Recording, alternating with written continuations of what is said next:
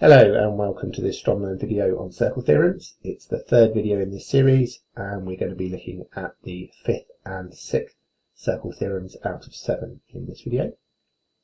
And these are both to do with tangents to circles. Okay, so the fifth circle theorem is telling us that a tangent meets a radius at a right angle. So we can see that demonstrated on the left hand side here. We can see we've got kind of the square in the corner, which represents we've got a right angle, and we can see a tangent there meeting the radius.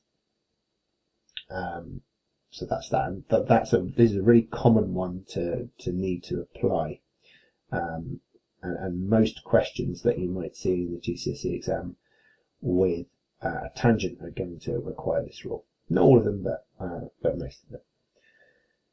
Okay, so let's look at this example on the right here. So normally there'd be text with a question which would explain that what you're looking at is two tangents that are meeting two radiuses. Now we can tell their radiuses really anyway because the centre is marked with an O for origin, which is the centre of the graph or the centre of the circle. And we're going to take it for granted that these are tangents because that's what I mean them to be. Okay, so I'm going to draw in those tangents of 90 degrees. Now I've got a quadrilateral made up of those two angles, the x and the 40, and I know that the sum of angles of a quadrilateral are 360 degrees. That's a rule you should be familiar with from earlier angle work.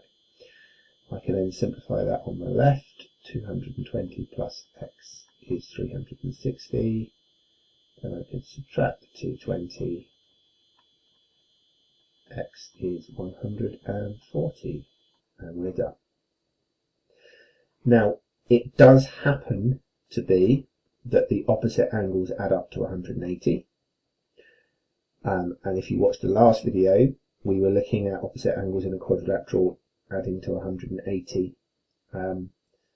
That is going to always be true with questions like this because we've got two tangents and each tangent meets with a radius of 90, so that's 90 and 90 is 180, so those two are 180, the other two are 180.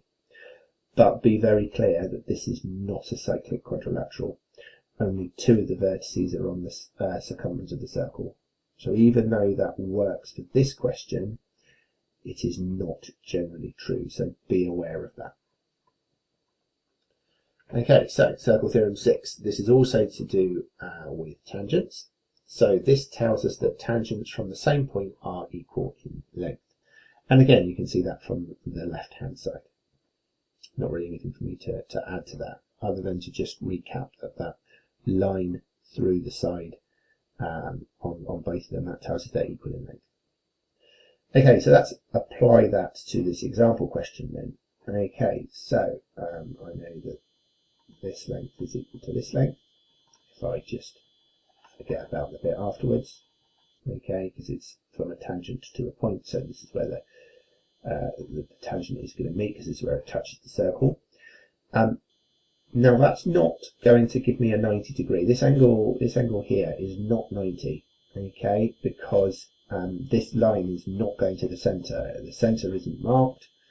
This is a chord instead.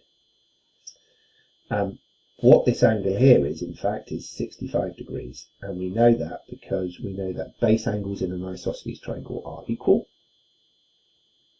and then we also know that the sum of angles in a triangle is 180, so those two base angles plus the angle x must be 180, so 130 plus x is 180, subtract that, and I get x is 50 degrees, and then we're done. So here are some questions that involve those circle theorems, and here are the answers.